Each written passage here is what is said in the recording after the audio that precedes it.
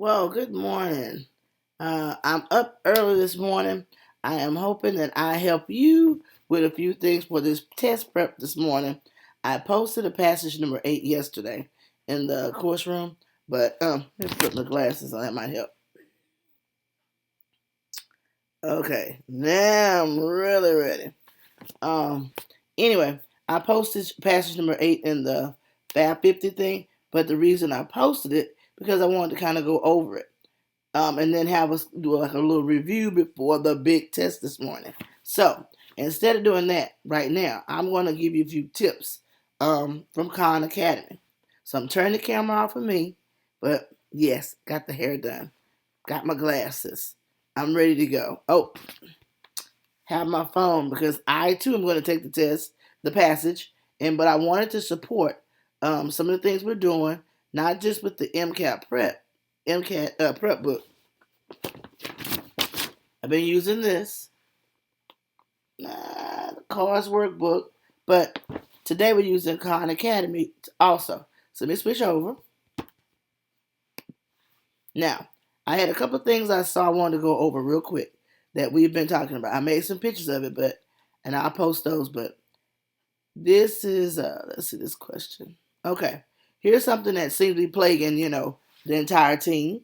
And it said, now this is a question from 3 years ago. So it tells you this is common. I seem to keep missing 2 out of 4 questions for cars questions. What would you recommend to you do to improve? And again, here's their response. Khan Academy, not Dr. Pope. Cars is one of the hardest sections to see immediate improvement on. But the longer you keep practicing, the better you will be. Just keep doing a few practice passages a day, 3 to 4 if you have time, and you should see improvement over a couple of weeks or months. Best of luck. Well, same thing I told you, and this just proves we must keep doing our practice ones. Now they're saying 3 to 4, so we're trying to get in during our 2 hours at least 3. So but you can work on them at home. Excuse me, not home, but in your spare time, wherever you are. All right. Here's another one that we've been wrestling with, or some of you have been wrestling with. Hi, in general, this is 9 months ago. How much time should I spend on cars on each passage? I've been giving you 8 to 10 minutes. It says here, 10 minutes is how long you have for each passage. Now, again, this is just a roundabout time, but I thought it was important that you see it somewhere else and not just hear it from me because, we like to get proof of what we're telling you to do. So, what I'm saying is that what we're doing, guys, we're on target. We're doing what Khan Academy says, MCAT Prep is saying. So, I want y'all to relax. And Coffee and Ishmael, I want you guys to go in from going with the question first, if you can, to the passage. I don't know how the test is set up, so I just want to say that again. All right, but in order to eliminate some time on you guys reading, I want you to attack it from question, then go read. Question, then go read, if that option is available. Okay? So it was important. And I want to roll down to this. Now, there's a video on this page. And I'll go to it. But what I really wanted to do was read the transcript because this is very, very important. Now, this is the section on cars. And it talks about what you can expect. And I know you may have read this before, but I just want to go over it because, again, my job this morning and my intention is to remind you of the main thing to look for on your practice test today, which is this video goes over, what the MCAT, what cause is for. You guys know it's critical analysis and reasoning skills. That's what this is all about. And then it talks about, the length of the passage, 500 to 600 words. You'll be asked between 5 to 7 questions about each passage. That's why our practice thing it's 1 to 7 questions. And then in total, you'll go through 53 questions in 90 minutes. Well, again, if some of you are worried about missing 2 out of 4, I'm not doing the math, but every passage, if you miss 2, out of 53 passages, yeah, that number adds up. But 2 is still better than missing 7 out of 7 on each passage. So shake that out your head. Then let's go to what's our plan? What are they looking for? And it says, you have about 10 minutes per passage on average. And again, some you may spend more time on some and less on the other. That's why I said average. It's going to come from humanities, literature, philosophy, or ethics. Those are your areas. We know that. One passage that's in the Khan Academy, it talks about people negotiate deals, and that's unimportant to me. What I want to get to tell you, you're not expected to already know about we went over that. The writing styles will be complicated. We knew that. Some words may be new to you. What's our strategy for that? Circle. Now, I know on the practice test, you may not be able to do all that, but if you can, make a note of any word that you had to stumble through or didn't know so you can look it up later.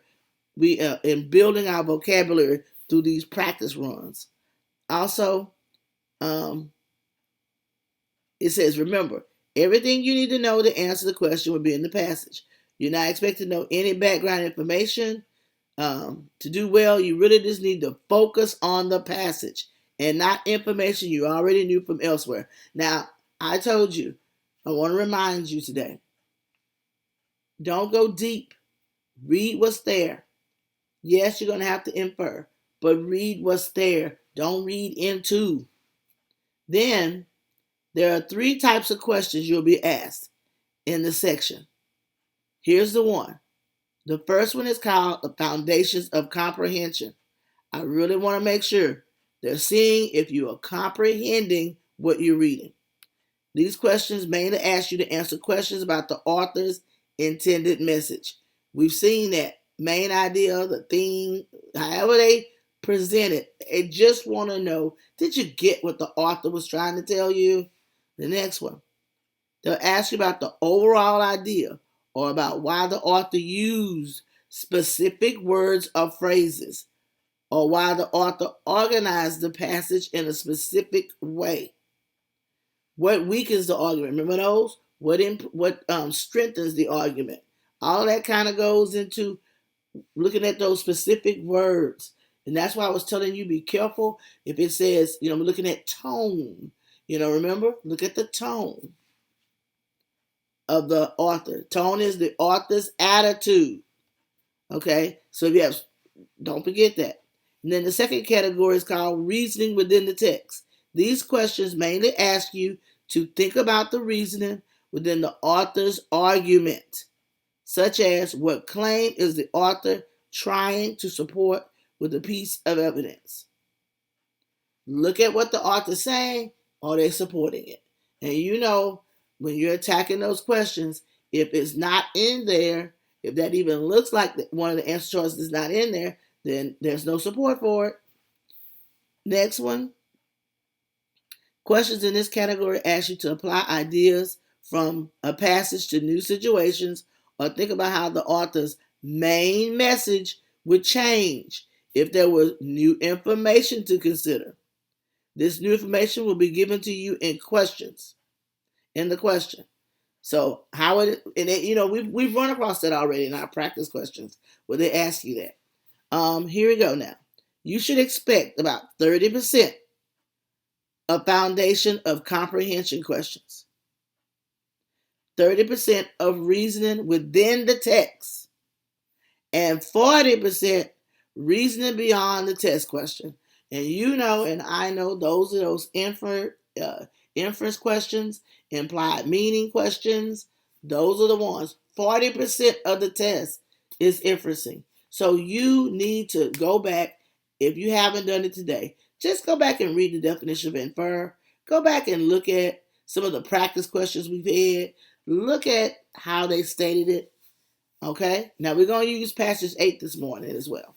People often wonder how skills are tested by the critical analysis reasoning skills section will ever be useful for a future position.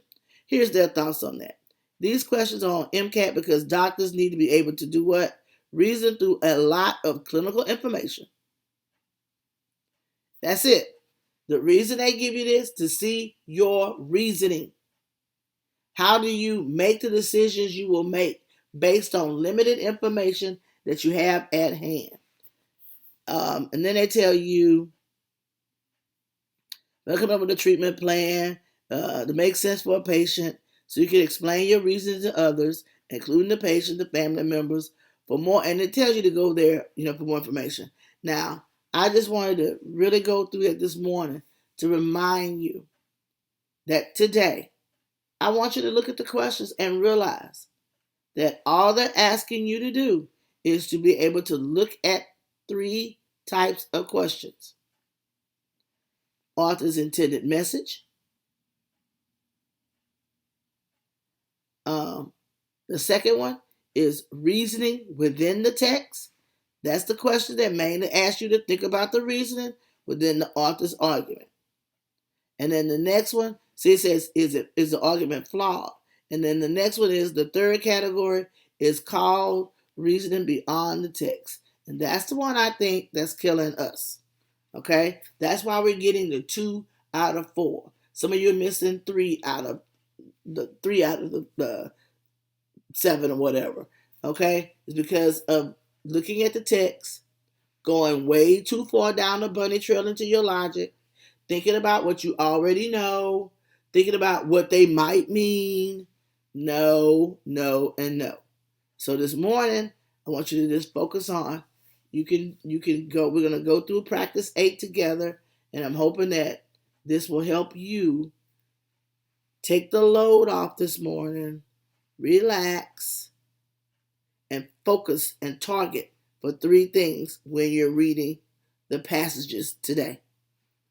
All right? Okay, now I made that little short video just so you can kind of see. I'm not looking upside down, but hey, I'm in here working early this morning. I'm making this video about almost 6 o'clock. Why? Because you mean that much to me. And I just want to encourage you that all of you, you're smart, capable. We're just learning how the test is structured, and we're learning how to work within those parameters of getting our brains conditioned to know when you read the question, the answers are there. But you have to look at the questions very strategically in a short amount of time. Try to do it under 10 minutes. For those of you who are not reading the passage and getting the questions, go with the questions first. Then go to the passage specifically to look for an answer. Okay? Then I want you to think about the 3 things. The answer, 40% of those questions, you're going to have to look at the text and infer. And then do those other strategies we talked about. And so I'm going to go back and do a new video in a second with us going through passage 8. I'm going to do the timing. I'm going to go through it, tell you about strategies, and then hopefully that'll help you as having a visual as well. All right? I'm just hoping that this helps you. I hope you look at it before you go and take the practice test. But if not, it'll help you after the practice test. All right?